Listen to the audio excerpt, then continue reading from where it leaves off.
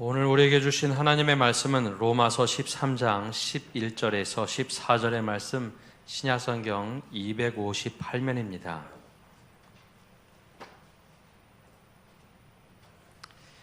이제 하나님의 말씀을 봉독합니다. 또한 너희가 이 시기를 알거니와 자다가 깰 때가 벌써 되었으니 이는 이제 우리의 구원이 처음 믿을 때보다 가까웠음이라. 밤이 깊고 낮이 가까웠으니 그러므로 우리가 어두움의 일을 벗고 빛의 갑옷을 입자. 낮에와 같이 단정히 행하고 방탕하거나 술 취하지 말며 음란하거나 호색하지 말며 다투거나 시기하지 말고 오직 주 예수 그리스도로 옷 입고 정욕을 위하여 육신의 일을 도모하지 말라. 아멘. 날씨가 많이 추워졌습니다. 그렇죠? 감기에 좀 유의해 주시고. 좀 추우신가요? 괜찮으신가요? 추우면 히터 좀 켜주시죠. 오늘은 대림절 둘째 주일입니다. 대림절이라는 절기는 주님의 오심을 기뻐하는, 즉 성탄을 기뻐하는 절기이면서 또 다시 오심을 기다리는 절기입니다. 이 대림절이라는 절기가 연말에 함께 있다 보니 마치 망연회처럼 생각을 하는데 그런 기간이 아니고 주님의 다시 오심을 기다리는 절기입니다.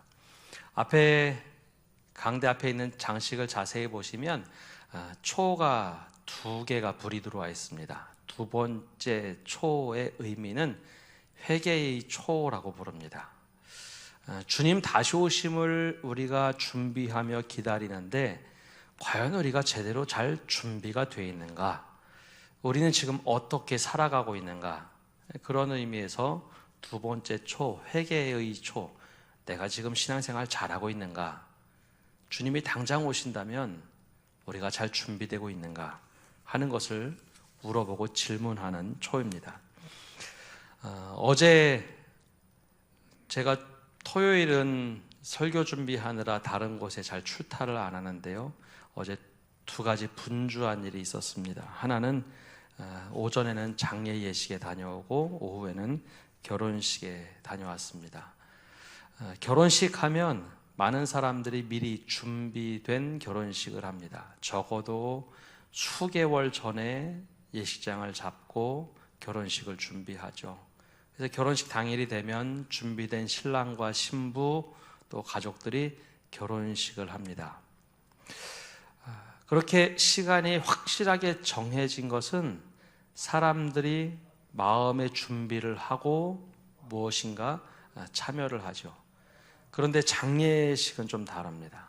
장례식은 마음에 아무리 준비를 하고 이때쯤에 우리 부모님이 혹은 우리 가족이 세상을 떠날 것 같다. 아무리 마음의 준비를 해도 죽음이란 존재는 우리의 시간 계획과 상관없이 정해져 있긴 하지만 갑작스럽게 찾아옵니다. 그래서 준비된 장례식은 없습니다. 아무리 마음의 준비 잘했습니다 라고 말해도 당황스럽고 어렵습니다. 어제도 장례식장 가서 예배를 드리고 얘기를 하는데 분명히 아침에만 해도 어머니가 요양원에 계시며 건강하시다고 했는데 갑자기 오후에 전화가 왔답니다. 어머니 위독하시니 빨리 오라고. 그래서 정말 급하게 빨리 요양원에 1시간 내에 갔는데 도착하니 그 이야기를 하더랍니다. 조금 전에 운명하셨다고. 임종을 보지 못해서 마음의 준비는 다 했으나 정말 마음이 아프다고. 조금만 더 일찍 전화해 줬더라면 빨리 갔을 텐데. 정확하게 시간이 정해지지 않은 것에 있어서는 우리가 아무리 마음의 준비를 한다고 해도 제대로 잘 준비하지 못하는 것이 우리의 모습입니다. 가족의 죽음도 이렇게 당황스러운데 우리 개인적인 종말, 즉 죽음이라는 것을 어떻게 한번 준비는 하고 계신지요? 보통 사회에서 죽음을 준비하라라고 하면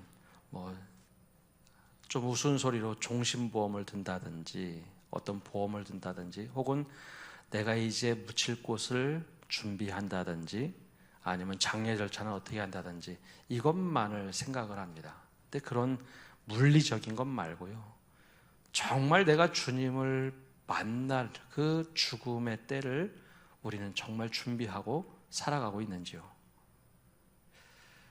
정말 갑자기 어느 순간에 죽음이란 것이 찾아와서 주님을 만날 때 과연 우리는 그것을 제대로 준비하고 살아가고 있을까요? 조금 더 넓게 오늘 말씀에 나오는 것처럼 주님 다시 오심을 우리는 준비하고 있을까요? 정말 어느 날 주님이 이 땅에 재림하셨을 때 누구에게는 준비된 재림이었기 때문에 기뻐할 수 있지만 누구에게는 당혹스럽고 아이 주님 지금은 아닙니다, 아직 준비가 되지 않았는데요 라고 말하고 있는 우리의 모습은 아닌지요? 바로 오늘 말씀에는 이 대림절 두 번째 주로 바로 어떻게 우리가 주님 오심을 기다리고 있는지, 우리는 무엇을 하고 있는지 이 말씀을 같이 함께 나누고자 합니다. 오늘 말씀은 다시 오실 주님을 생각하며 우리가 무엇을 하고 있는지, 어떻게 하고 있는지 바로 이 질문을 던지며 답을 하고 있습니다. 주님이 당장 오늘 오신다면 우린 무엇을 해야 할까요? 어떻게 해야 될까요? 먼저 생각해야 할 것은 오늘 말씀에 지금은 자다가 깰 때다라고 말씀해 주고 있습니다. 우리 11절 말씀 함께 읽어보겠습니다. 11절입니다. 또한 너희가 이 시기를 알거니와 자다가 깰 때가 벌써 되었으니 이는 이제 우리의 구원이 처음 믿을 때보다 가까웠음이라. 아멘. 너희가 이 시기를 알거니와 라고 했는데요, 조금 다른 번역인 공동번역 성경을 보면 조금 더 이것을 구체적으로 번역을 했습니다. 이렇게 기록했습니다. 이렇게 살아야 하는 여러분은 지금이 어느 때인지를 알아야 합니다. 여러분이 잠에서 깨어나야 할 때가 왔습니다. 지금은 우리가 처음 믿던 때보다 우리의 구원이 더 가까이 왔습니다. 오늘 우리가 살아가는 이 현재, 지금이라는 시간을 어떻게 규정하느냐? 바로 지금 이때가 어느 때인지 알아야 된다라는 것입니다. 시간이나 날짜를 알아야 된다는 것이 아니라 이 시간의 의미를 얘기합니다. 지금이 어떤 의미의 시간인가? 이 하나님의 때라는 것은 하나님의 때에 준비된 사람에게는 기회의 시간이 되지만 준비가 되지 않은 사람들에게는 위기의 시간이 됩니다. 주님이 오늘 지금 당장 나에게 찾아오셨어요. 준비가 되어 있다면 주님 기쁘게 맞이하는 예수님이 예를 들어서 말씀하신 10명의 처녀들 가운데 준비된 5처녀가 되겠지만 등과 기름이 준비가 되어 있지 않은 15처녀에게는 이게 지금 무슨 일입니까? 아직 준비되지 않았는데요 하면 당황하는 위기의 시간이 됩니다. 오늘 우리에게는 오늘 이 시간, 지금이란 현재가 지금 주님이 당장 오셨을 때 나에게는 기회의 시간인가요? 아니면 위기의 시간일까요? 우리가 어떻게 준비되어 있는가에 따라 달려 있습니다. 그래서 오늘 말씀에는 뭐라고 얘기하는가? 이 시간을 위기가 아닌 기회로 바꾸기 위해서는 자다가 깨어야 한다라고 말씀하고 있습니다. 지금이 바로 자다가 깨어야 할 시간, 영적으로 보면 영적인 잠에서 일어나야 할 시간이라고 말하고 있습니다. 그러면 하루 중에 자다가 일어나야 할 시간은 언제일까요? 12절에 이렇게 짧게 해석을 해놨습니다. 상반절에 보면 밤이 깊고 낮이 가까이 왔다. 우리가 잠에서 깨어야 할 시간인데 지금 이 시간은 밤이 깊고 낮이 가까이 왔다라고 말합니다. 우리가 헷갈려하는 것, 그리스도인들이 헷갈려하는 것 중에 하나 미래를 준비하는 일인데요, 일반 사회에서는 미래학이다라고 해서 미래를 예측 가능한 준비된 미래를 맞이하자라고 얘기합니다. 그래서 오늘 내가 열심히 과거를 연구하고 현재를 살아가면 미래를 잘 준비할 수 있다는 겁니다.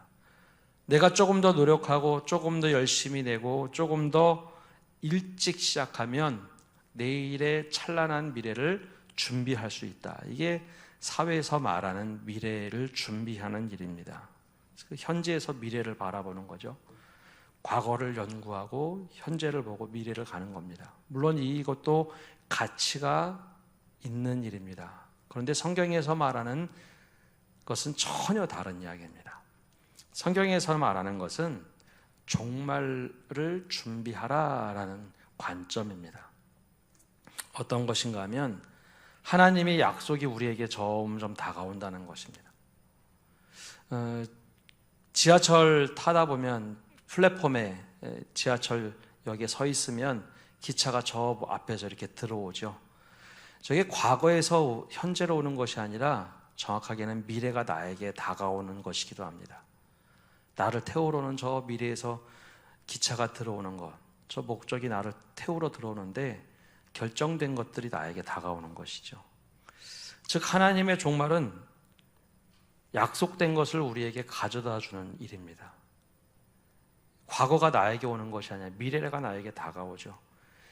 그러니 결정된 약속이 나에게 올 때 나는 지금 무엇을 해야 될까라는 관점입니다. 주님이 지금 약속한 대로 나에게 지금 다가오시면 지금 나는 무엇을 준비하고 살아가야 될까입니다. 내가 전혀 준비가 되어 있지 않았습니다 라고 말하기에는 성경의 말씀이 너무 구체적입니다. 마지막 때가 되면 내가 분명히 온다고 말씀하신 그 약속의 말씀, 그 약속의 말씀을 가지고 주님이 오시는데 나는 지금 어떻게 해야 될 것인가? 바로 잠자는 영혼이 깨어서 준비하라라는 겁니다. 바로 이때가 지금 우리가 살고 있는 이 시기가 영적으로 깨어서 준비할 때라는 것이죠. 지금 내일을 더 잘 살기 위해서가 아니라 주님이 나를 품에 안으시고 주님이 나를 찾아오시는 이 시간을 위해서 지금 준비하는 것이 잠자다 깨어나 일어날 때라는 것입니다. 이 준비된 사람에게는 전혀 다른 만남이 있습니다. 어떤 일이든지 준비된 사람에게는 기회가 됩니다. 그러나 준비가 되지 않은 사람에게는 당혹스러운 일이 되죠. 그런 의미에서 우리는 주님이 다시 오실 것을 기다리며 산다고 할 때 얼만큼 준비되어서 살고 있습니까? 오늘 주님이 오신다면 환하게 웃으면서 제가 잘 알고 있습니다. 주님 감사합니다 고백을 드릴 수 있겠습니까? 아니면 잠에서 아직 깨어나지 못한 채로 허둥지둥 주님 몰랐습니다. 지금 이렇게 오실 줄 몰랐습니다 라고 말하시겠습니까? 지금은 분명히 말합니다. 지금은 잠자다 깰 때라고 말합니다. 둘째로 우리가 자다가 깨었다면 우리는 무엇을 해야 될까? 바로 오늘 말씀에 지금은 어두움의 일을 벗고 빛의 갑옷을 입자라고 말합니다. 우리 12절 말씀 함께 읽어보겠습니다. 밤이 깊고 낮이 가까웠으니 그러므로 우리가 어둠의 일을 벗고 빛의 갑옷을 입자. 아멘. 먼저 우리가 잠에서 깨어난다고 했던 이 시간은 밤이 깊고 낮이 가까운 때라는 두 가지 시간 사이 속에 있습니다. 밤이 깊다라고 하는 것, 제일 깊은 밤은 언제를 말할까요? 가장 어두운 시간이 혹시 어느 때라고 생각하십니까? 물론 현대야 사방에 곳곳에 불을 켜놨기 때문에 밤도 낮처럼 활동할 수 있습니다. 그런데 하루 중에 가장 어두운 시간은 해가 뜨기 바로 직전을 얘기합니다. 해가 뜨기 바로 직전은 해가 떠오르는 시간을 얘기한 것이 아니라 해가 뜨기 바로 전에 보면 여명이 시작되기 전, 달도 지고 아무것도 없는 가장 암흑과 같은 시간이 가장 밤이 깊은 시간입니다. 바로 해 뜨기 전이죠. 그리고 낮 사이, 바로 지금이 그러한 시간입니다. 어떤 사람은 이 시간이 되면 우리나라는 여름과 겨울이 워낙 큰 차이가 있어서 다르지만 대체적으로 이 여명의 시간에 준비된 사람들은 일어나서 그 다음 낮을 준비합니다. 근데 또 어떤 사람들은 오늘은 너무 힘들다, 침상에서 일어나지 않고 계속 누워있는 경우도 있죠. 되게 우리는 익숙한 대로 살아갑니다. 어두움이 조금 더 익숙하고 일어나기 싫어서 침상에서 버둥거리는 사람이 있는가 하면 벌떡 일어나서 이젠 깨었으니 내가 이제는 잠옷을 벗고 일상 옷을 입고 하루를 준비하려고 하는 사람도 있습니다. 잠에서 깨어났다는 것은 단지 잠에서 깨어난 것만 이야기하는 것이 아니라 이제는 낮을 준비하는 사람, 즉 어두움을 벗고 내가 입고 있던 잠옷이나 다른 것들은 다 벗고 이제는 무장되어서 살 수 있는 낮을 준비하는 것을 말합니다.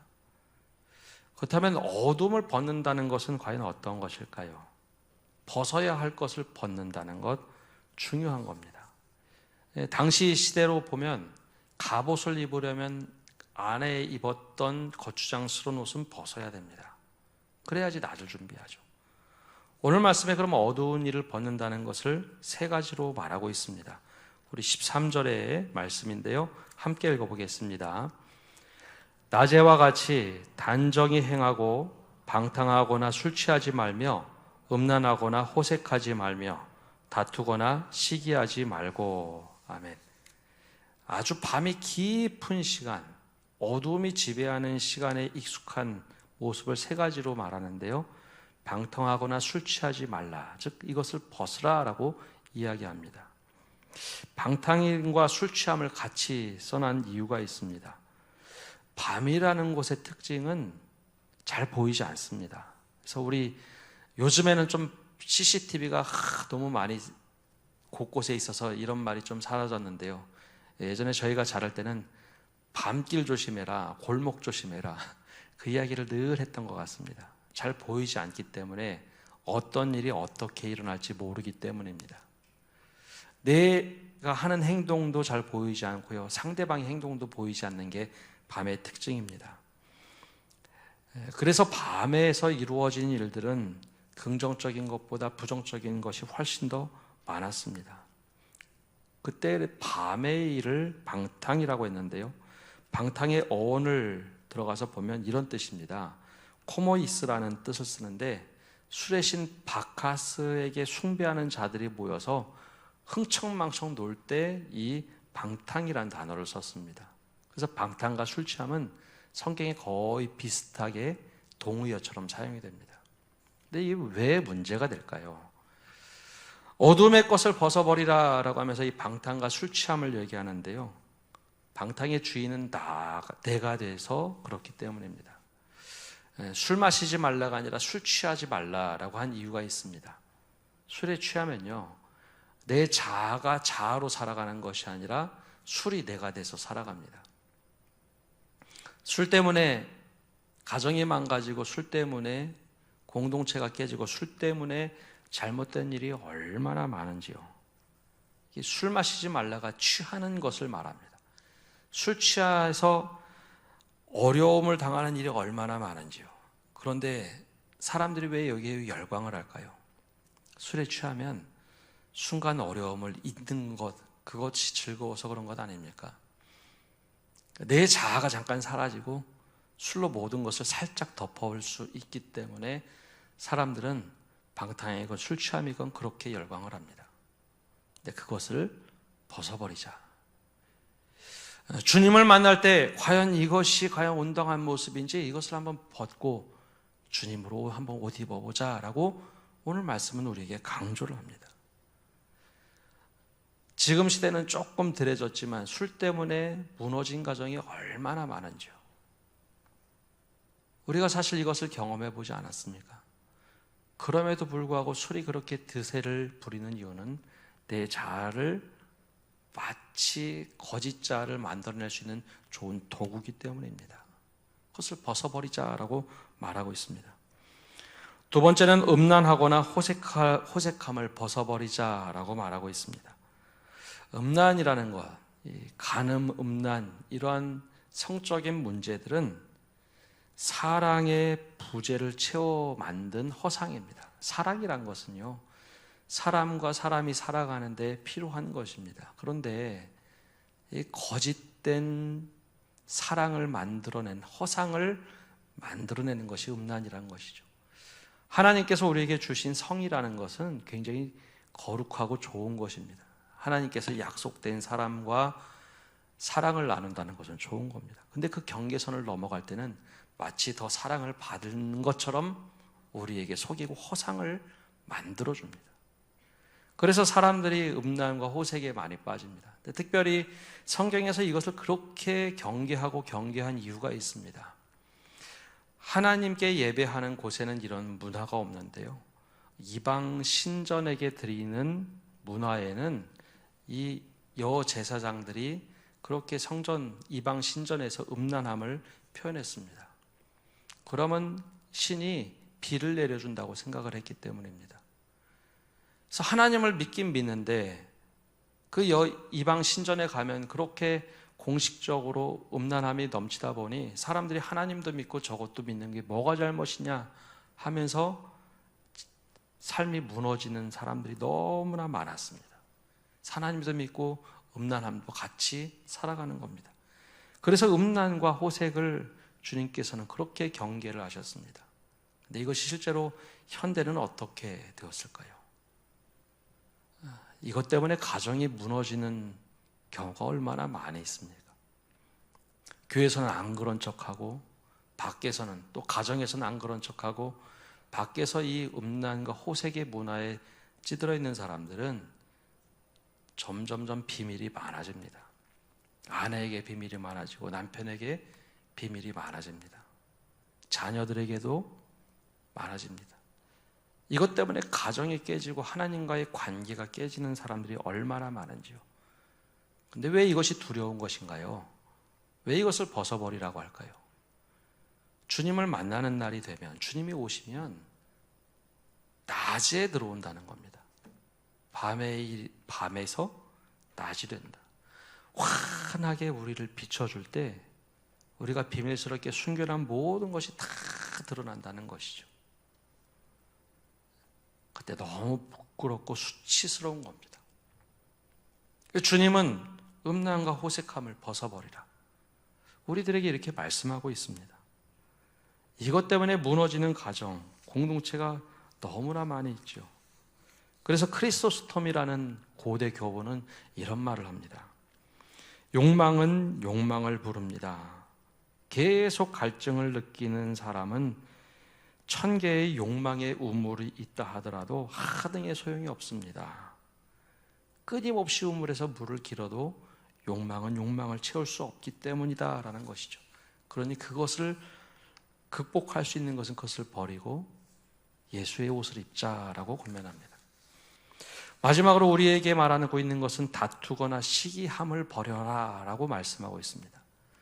다툼과 시기의 대부분 출발점은 비교의식에서부터 출발합니다. 저 사람이 나보다 하찮은 것 같은데 더 우위에 있다 생각이 되면 시기하거나 다투게 됩니다.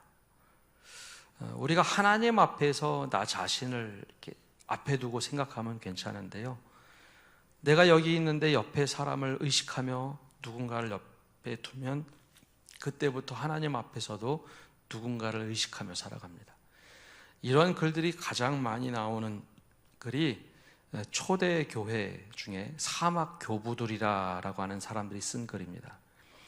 어떻게 하면은 하나님 앞에서 바르게 살아갈까? 이들이 고민하다가 간 곳이 사막입니다. 사람들과의 관계가 너무 힘든 거예요. 그래서 하나님 더 깊이 만나보려고 사막까지 기어들어갔습니다. 거기서 최소한의 물을 마시고 음식을 먹고 기도를 하는데, 그런데 거기에서 이 사람들이 굉장히 힘든 경험을 하게 됩니다. 어떤 경험인가 하면 하나님 앞에 기도하는데 누가 떠올려지는 거예요. 아무도 없는 곳에 가서 기도하는데 하나님, 저 사람 때문에 내가 너무 속상해요. 아무도 없는 사막에 가서 기도하는데 계속해서 끊임없이 비교하는 겁니다. 그래서 그들의 글에는 이런 말이 있습니다. 사람을 피곤하게 하는 것은 일을 많이 해서가 아니라 그 사람과 나를 비교하기 때문이다. 잠잘 때 정말 우리에게 힘들게 하는 것은, 육체가 피곤하면 잠을 잘 오지만 정신적으로 피곤할 때 잠이 오지 않습니다. 정신적인 피곤함 중에 대부분이 비교의식입니다. 비교의식이 어느 정도 선을 넘어가면 요즘에는 대면해서 말을 하는 시대를 넘어서 이 스마트폰 시대가 되지 않았습니까? 이 스마트폰으로도 사람들은 끊임없이 비교하고 이야기하고 우리들에게 때로는 막말을 막 쏟아냅니다. 예전엔 대면해서 만나고 힘들면 안 만나면 됐는데 이건 원격 조정하면서 이것으로도 이야기를 하면서 그렇게 괴롭힙니다. 근데 이것을 어떻게 하라고요? 바로 버리라는 겁니다. 다투거나 시기함 속에 있는 비교의식을 버려라. 주님이 오시면 다 드러난다는 것이죠.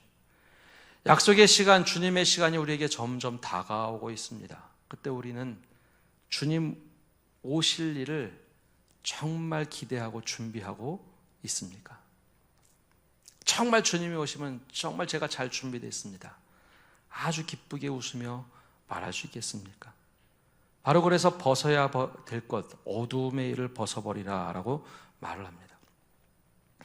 이런 극적인 것을 가장 잘 경험한 사람 중에 한 사람이 바로 기독교의 가장 위대한 인물 어거스틴을 꼽습니다. 성 어거스틴이라고 호칭에 불렸던 이 어거스틴은 우리가 생각하는 것만큼 위대한 삶을 살지는 않았습니다. 바울 이후에 최고의 기독교 교리를 세웠다라고 하는 어거스틴의 고백록을 보면 이런 자신의 고백이 담겨져 있습니다. 그가 17살 정도 됐을 때 밖에 나가서 사생활을 낳았습니다. 유부녀하고 동거를 했고요. 그리고 그가 술에 취하고 수많은 이상한 것들에 많이 심취해 있던 사람입니다. 만이교에 심취하고 말에 있어서는 탁월하게 했지만 이상한 사상 속에 심취했던 사람.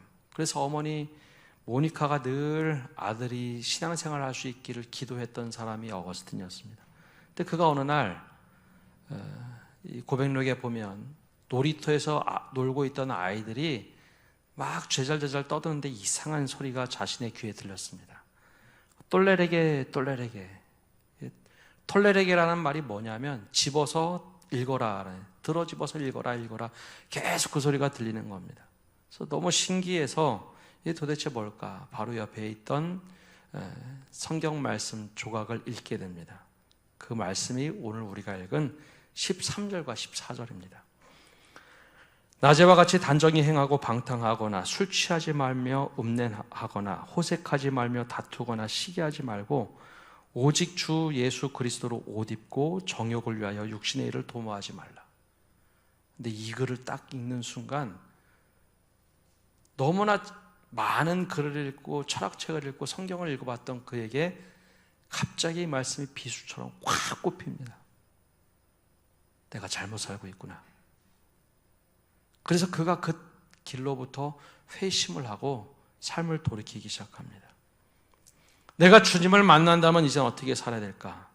지금까지 방탕하게 살았던 모든 삶들을 정리하고 돌아섭니다. 그리고 나서 썼던 수많은 글들이 고백록부터 시작해서 그가 쓴 수많은 글들입니다.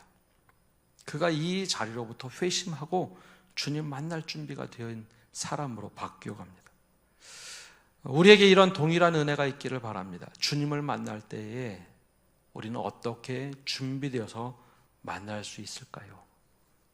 벗어버려야 될 것을 벗어버리고 입어야 할 것을 입어야 합니다. 마지막으로 14절 말씀 읽고 말씀을 맺습니다. 우리 14절 말씀 함께 읽겠습니다. 오직 주 예수 그리스도로 옷 입고 정욕을 위하여 육신의 일을 도모하지 말라. 아멘. 벗을 것이 있다면 입어야 할 것도 있습니다. 바로 앞에서는 빛의 갑옷을 입자. 그리고 14절에는 예수 그리스도로 옷 입자라고 말합니다. 예수 그리스도로 옷 입자. 주님이 오실 때 저 이렇게 준비가 되었습니다. 주님. 부끄러운 모습도 있고 수치스러운 모습도 있지만 제가 이렇게 준비가 되었습니다. 그러면서 주님을 맞이하자라는 것입니다. 우리가 바로 이 은혜를 가지고 살아갈 때 우리는 준비된 종말을 맞이할 수 있습니다. 주님 몰랐습니다. 이때인지 몰랐습니다. 아니, 저 아직은 자고 있을 때고 게으르고 있을 때인데 주님 아직 오시면 안 됩니다 라고 말할 수 있으면 참 좋을 테지만, 죽음이 불현듯이 우리를 찾아오는 것처럼 주님의 때도 우리의 시간이 아니라 하나님의 시간 속에서 지금 우리에게 다가오십니다. 바로 이 준비를 하며 주님 오실 때, 제가 이렇게 주님의 옷 입고 활짝 두 팔 벌려서 주님 안을 수 있어서 감사합니다. 그 고백을 할 수 있는 성도 여러분 되시기를 바랍니다. 우리 함께 찬양하고 싶은데 시간이 너무 많이 가서 우리 반주는 해주시고요. 우리 함께 세 가지 기도 제목을 가지고 함께 기도하겠습니다. 우리가 먼저는 주님 만나는 때가 지금 이때라는 것, 지금이 우리가 주님을 만날 때인데 우리는 준비됐나요? 아니면 준비되지 않았나요? 우리가 이것을 놓고 기도합시다. 주님의 때에 지금임에도 불구하고 전혀 준비가 되지 않았다면 주님 준비된 사람이 되게 해주십시오. 기도합시다. 지금 우리가 잠자는 것에서 깨어나게 해주십시오. 두 번째는 우리가 벗어야 할 잠옷이나 어두움의 일을 벗을 수 있는 은혜를 달라고 기도합시다. 오늘 말씀에 나오지 않았던 것이라 할지라도 주님, 제가 이것을 벗지 못하고 살아가고 있습니다. 벗을 수 있는 은혜 주시고, 주님 만났을 때 주님의 옷을 입고 빛의 갑옷을 입고 준비된 채로 주님 기뻐할 수 있는 저희가 되게 해달라고 우리 세 가지 기도 제목을 가지고 함께 기도하겠습니다. 하나님 아버지, 이 시간 기도하며 나갑니다. 우리는 주님 오실 때를 어떻게 준비하고 나가고 있는지 하나님 맞이하게 하여 주옵소서. 하나님 아버지, 우리가 정말 잠자면서 깨울 때가 되었음에도 불구하고 영적으로 무지하여 늘 잠자고 있는 모습은 없는지, 또 잠자는 데서 깨어났지만은 아직도 여전히 잠옷을 입고 어두움의 옷을 입고 살아가는 저희들은 아닌지, 낮이 되었음에도 불구하고 잠옷을 입고 돌아다니고 이것이 괜찮은 것이냐 착각하는 저희들의 모습은 아닌지 하나님 깨닫게 해주시고, 어두움의 일을, 이 어두움의 옷을 벗어버리게 하여 주옵소서. 그리고 이제는 예수 그리스도의 옷을 입고 주님 맞이할 수 있는 저희가 되도록 축복하여 주시옵소서.